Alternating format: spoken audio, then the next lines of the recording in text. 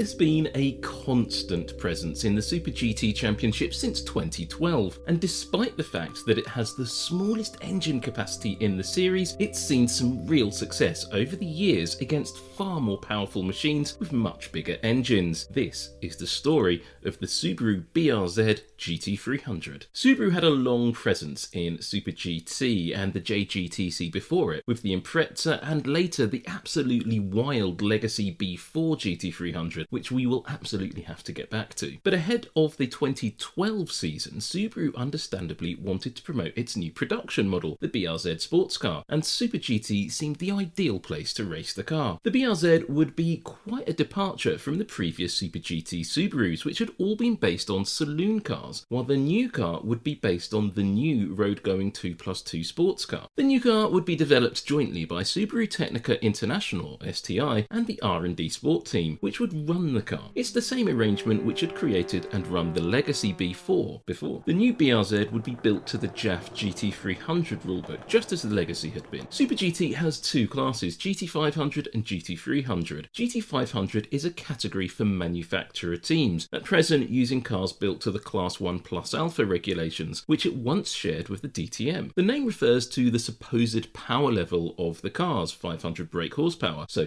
GT500. But in reality, the power levels in that class are much higher. The same is true in the second Super GT racing class, GT300, which is where the Subaru competes. GT300 is a class exclusively for privateer teams and Subaru's works team. Cars in this class can be built to any one of three rulebooks: FIA GT3, which is pretty self-explanatory, JAF GT300, which sees extreme conversions of sometimes unlikely production cars for GT racing, and finally, when the BRZ was introduced, there was a third rulebook for the curiously named Others category. That latter rulebook was later replaced with the GTA mother chassis rules. But sticking with the BRZ, or at least sticking with Subaru, in 2009 there were rumours that Cusco Racing, which had raced the GT300 Imprezas in the JGTC and latterly Super GT, was planning to develop a very wild version of the third generation Impreza GE Saloon, possibly built to that Others rulebook that I mentioned to compete against the Daytona prototype-based Mooncraft Shiden. The images you see here were published by the ever-brilliant Autosport magazine in Japan, not to be confused with the British magazine of the same name. The link's in the description. The images seem to show a mock-up of a potential 2009 GT300 car, which would have been called the Impreza Concept, or something like that anyway. Having concept in the name meant that the body shape didn't really have to represent a production car. After all, there was never a Mooncraft Shiden production car either. Underneath that swooping bodywork, the plan was to have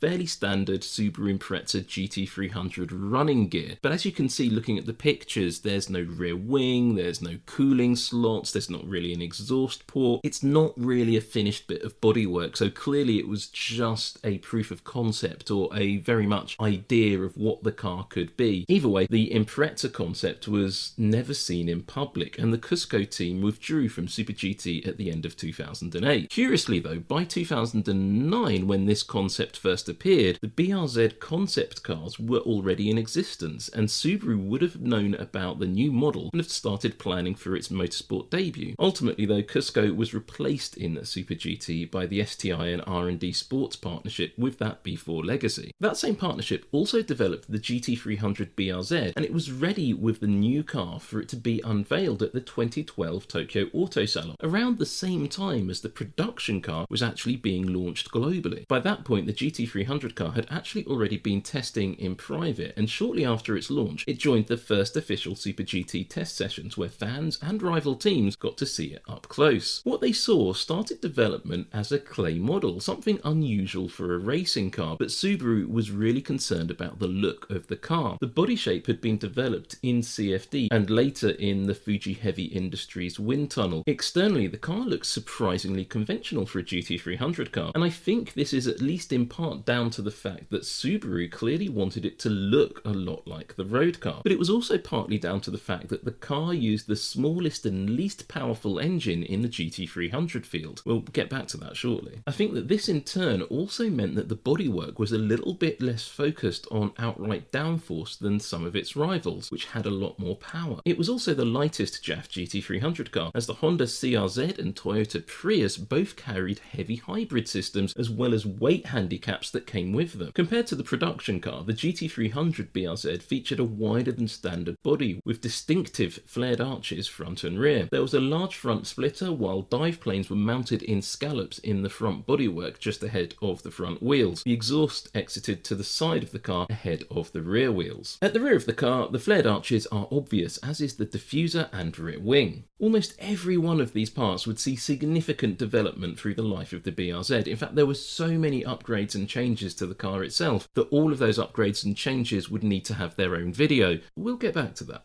The car was built up by the R&D Sport team at its own facility rather than at STI, just like the Legacy. As the car was built to the JAF GT300 regulations, at least some parts of the production car chassis had to be used, including the front bulkhead, part of the floor, the roof, well, part of it anyway, the A-pillar, the B-pillar, but the rest of the bodywork was made from carbon fibre, while the chassis, well, with those parts used I described, it could be best described as a hybrid with extensive use of tubular steel sections. This is typical of a car built to the JAF GT300 regulations. You can just see the internals of the Hewland 6-speed sequential gearbox here. Double wishbone suspension was used all round with pushrod actuated dampers. However, the damper positioning was revised throughout the car's life. Note the layout of the rear suspension in this image from 2012. The damper positioning was completely revised later in the car's life. In fact, the dampers were turned through 90 degrees, a massive change to the suspension layout. It's a similar story at the front of the car. The front suspension layout remains pretty much the same in terms of its concept, but comparing the 2012 layout here to the same car but much later in its racing life, you can see that the bell cranks have been changed, the dampers themselves, the mounting points, and so much more underneath the bonnet. Actually, much of the suspension layout that you see in the original 2012 car carried over from the B4 Legacy and was developed from there. A legacy of the legacy, you might say. Sorry. The Proud of Boxer stickers on the nose advertise what lay underneath the front bodywork as well as that front suspension. As with all GT300 Subarus today and the production BRZ, the car was powered by a 2-litre turbocharged flat 4. However, as the JAF GT300 regulations allow a car to utilise any engine from the same manufacturer as the chassis, the GT300 car was fitted with an engine derived from the one used in the Subaru Impreza WRC, the famous EJ20. The competition specification EJ20 was a robust engine designed to withstand the rigours of rallying, but it made its racing debut in 1997 in the Cusco Impreza GT300. This engine was really very closely related to the WRC version, as back then GT300 cars did really have about 300 brake horsepower, which was the same amount that WRC cars had pretty much. Over the years, the engine was tuned continually to meet the demands of Super GT, especially in terms of the specific throttle response and continually increasing power levels. That development continued through the life of the BRZ in GT300, and it suffered with some reliability issues with its valves as well as suffering from cracked pistons. So this new Super GT BRZ had a WRC winning engine in it, which produced around 440 brake horsepower at 6,250 RPM and produced 540 Newton meters of torque. The engine utilised port injection rather than the direct injection system found on the FA20 engine fitted to the production car, and perhaps this is one of the reasons that Subaru has announced that it's finally retiring the EJ20 and that it will be replaced by an all-new engine for the 2026 season. As I mentioned, one of the key objectives for the BRZ GT300 was that the racing car would look as much as possible like the production car, which wasn't really the case with the B4 Legacy, and it's perhaps one reason that the apparent Impreza GT300 concept from 2009 was never actually finished. This stipulation did impact the location of various parts of the cooling system, but also the intake design of the engine. Compared to the WRC, the GT300 car would spend a lot longer at 100% throttle. STI tried because of that to keep the intake manifold as short as possible. Extensive work was done on the combustion chamber of the engine over its life as well, with a major change coming in recent years to adapt to the carbon neutral fuel used in Super GT. Prior to that, the combustion chamber had to cope with whatever fuel was on sale at the various racetracks the series visited. The fully carbon neutral fuel used by the GT500 cars proved to be problematic in the EJ20 when it was first proposed for introduction in GT300, but ultimately the 50% blend that was finally used in GT300 seemed to work just fine. Looking at the engine from below, you can see how the exhausts exit below the cylinder heads. This means that the engine sits slightly higher than it could do, and that negates some of the very low centre of gravity benefits of the Boxer design. Despite this, the EJ20 had a lower crankshaft centerline height than any of the V6 or V8 or other engines used in GT300. Seen from the clutch side, it's clear how compact the EJ20 really is, but at the same time, how low the exhaust manifold and intakes are. The clutch itself is a triple plate carbon unit. As a Boxer engine, the cylinder heads are found on the side of the engine rather than on the top. Since the height of the engine is so low, there are some advantages for the chassis engineers from a centre of gravity height perspective. And one of the main points of the overall car concept was to take advantage of the car's overall low centre of gravity, as the engineers developing the car knew that it wouldn't be able to match most of the rest of the GT300 field on the straights. Its engine was just so much smaller, a 2-litre design taking on cars which in some cases had engines 3 times the size. Interestingly, the Subaru FA20 direct injection turbocharged flat 4 used in the production BRZ was actually proposed to be developed into an engine for use in the LMP1 Sports prototype category, based on a 1.6 litre version of that engine. And based around that standard Subaru block, that new LMP1 engine was unveiled at a trade show in Germany. It was claimed to produce in excess of 550 brake horsepower and required very little cooling due to a patented technology that was apparently involved in its combustion process, and I say apparently for good reason. The team behind the project said that the engine would be highly fuel efficient as well. The engine revealed at the trade show was beautifully finished and prepared, but interestingly, one of the key figures behind this project was later wanted by the FBI for various financial issues, and well, that's a whole other story. And the engine itself has never surfaced in any sort of racing car. The BRZ GT300,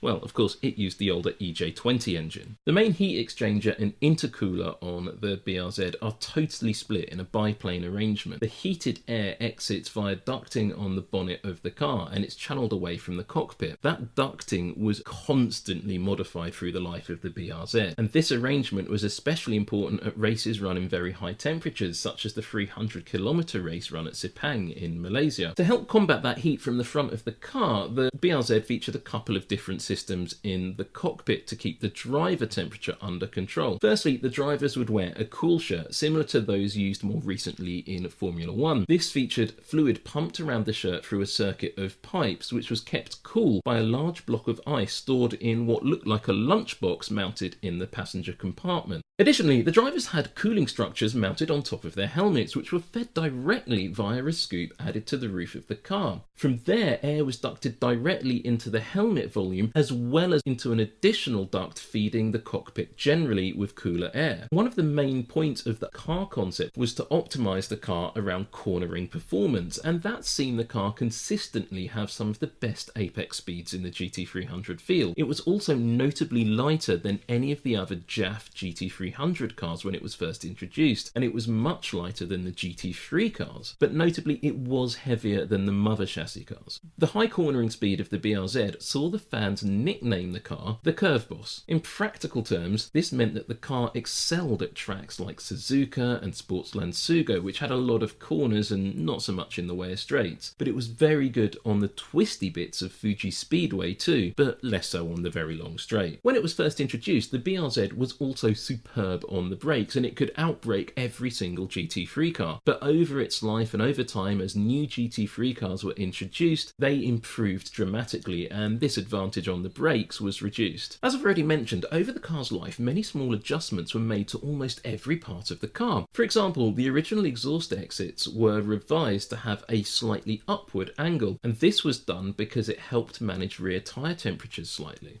The front and rear ends of the car featured brackets where additional chassis members could be added or removed to tune the overall stiffness of the car. Overall though, it was found that the car had a very stiff rear end naturally, so to avoid understeer, these elements were generally more often used at the front. The parts themselves didn't actually seem to improve the lap times, but over race distances seemed to give the drivers a bit more confidence in the car. One perhaps surprising upgrade was introduced in 2014. For the car's first 2 seasons, it actually ran without any traction control, as Subaru found it too difficult to get a motorsport system working properly with its small boxer engine. But in 2014 it cracked it and a Bosch traction control system was fitted. In 2016, wider front tyres were introduced to the car, which did increase the aerodynamic drag of the car overall, but they massively boosted cornering performance. STI took the option to consolidate the strengths of the car, by that I mean cornering, rather than fight its straight line speed deficit. A new bodywork had to be fitted to accommodate those new wider front wheels. You can see those new bodywork sections seen unpainted here. However, that didn't mean there were no efforts to reduce aerodynamic drag. In fact, in an effort to get the drag down slightly, new mirrors were fitted to the car at one point. It always seems such a small thing, but mirrors can contribute a lot or be quite detrimental to aerodynamic performance. The BRZ, of course, like most Super GT cars, had a rear view camera. In 2020, a major development happened with the production BRZ and indeed the Toyota 86 when a second generation of the car was introduced. Within a month of that reveal, STI announced that it would race a GT300 version of the new model in 2021. In reality though, while the 2021 BRZ GT300 was a newly built chassis, it was largely a development of the existing BRZ GT300, but with upgrades in almost every area of the car, especially the aerodynamics. The car had improved torsional rigidity, while continual use of the 7-post rig continued to see near constant tweaks to the suspension. This car once again started life as a clay model based on stylist input and CFD modelling before it was built into a full-scale racing car. An almost invisible but very important change was made to the EJ20 at this point as well. The ECU was switched from the original unit to a more modern version. The team felt that this was like changing from Windows XP to Windows 10. While it only resulted in a modest increase in power, it allowed the team to use more precise maps, which gave the drivers much better response at part throttle. The brakes were also changed, with the original AP Racing calipers being changed for newer, lighter versions, which directly connected to the air ducts, improving brake cooling overall, and that helped brake performance in longer races, and at Motegi in particular, which was a track known for being hard on the brakes. And at this point, with only the mother chassis cars being lighter than the BRZ, it really truly started to earn its name of Curve Boss. In its debut season in 2012, the first generation BRZ proved to be a reasonably strong front runner from the outset, but it failed to win any races. However, 2013 started out much stronger, and the pace of the BRZ was immediately evident. It took pole position in the opening race, and in fact, in 2013, the BRZ was on pole at 5 of the 8 championship rounds, and it took its debut GT300 victory at the Suzuka 1000 km, but that was its only win of the season. Despite that, strong performances all year saw the car finish 4th in the championship. 2014 saw the pace still strong with the BRZ, with 2 poles and a single win, but one of those poles and the win came at Fuji Speedway, where generally the car had struggled on the long straight, so some of those development items were working. The car finished 5th in the championship at the end of the year, but 2015 though wasn't a great year like the earlier years had been. The BRZ had lost its edge to newer GT3 cars, and the team failed to win any races all year or even sit on pole position. The championship standings were bleak as well, with the car finishing in 12th position overall. The Curve Boss got some form back in 2016 2016 with a win at Suzuka again and a rise to 6th position in the points. But after that, the car failed to win again for almost 2 years, with the next victory coming at Sportsland Sugo in 2018. That was a rare and bright spot in the car's performances, as the first generation BRZ would never win a race again. The new generation of GT3 cars, the new JAF GT300 cars, and the rise and decline of the mother chassis cars all saw the 2012 veteran car becoming increasingly less competitive. Now, while I'm not going to get into the confused scenario around the GT86 and BRZ identity and sales, with the arrival of the mother chassis there came a strange situation where two completely different GT300 cars based on exactly the same production car but built to entirely separate rulebooks were racing against each other in the same class. The production versions of the Toyota GT86 or 86 and the BRZ are of course identical beyond the badges and trim, yet the GT86 was built up to the mother chassis technical regulations with its carbon fibre tub, while the BRZ was of course built to the vaguely production based JAF GT300 regulations. That situation got even stranger when in 2022 APR Racing unveiled its JAF GT300 version of the Toyota GR86, the same rulebook that the BRZ was built to and the same base model, and at the same time the mother chassis GT86 was still racing. At this point the BRZ had been updated to reflect the ZN8 ZD8 base model, but this resulted in the situation where the mother chassis GT86 was racing in GT300 but based on the original ZN6 ZC6 production car, competing against two entirely different cars built to the JAF GT300 regulations using the ZN8 and ZD8 BRZ GR86 production car as their basis, only in Super GT. The new version of the BRZ though was an immediate success. Despite only scoring one win, its consistent results in other races saw it take the championship in 2021, and it came extremely close to back-to-back titles in 2022 as well, missing out by just 2.5 points, and it picked up another win on the way to finishing second overall. After that though, the car slipped down the standings somewhat between 2023 and 2025. Overall, the BRZ never really overcame the fact that its small engine couldn't match the bigger units on the straights, meaning that typically the BRZ has been one of the slowest GT300 cars in a straight line. The same was true for both generations of BRZ as well, but BOP changes have helped the car somewhat in that respect, but never completely. Interestingly though,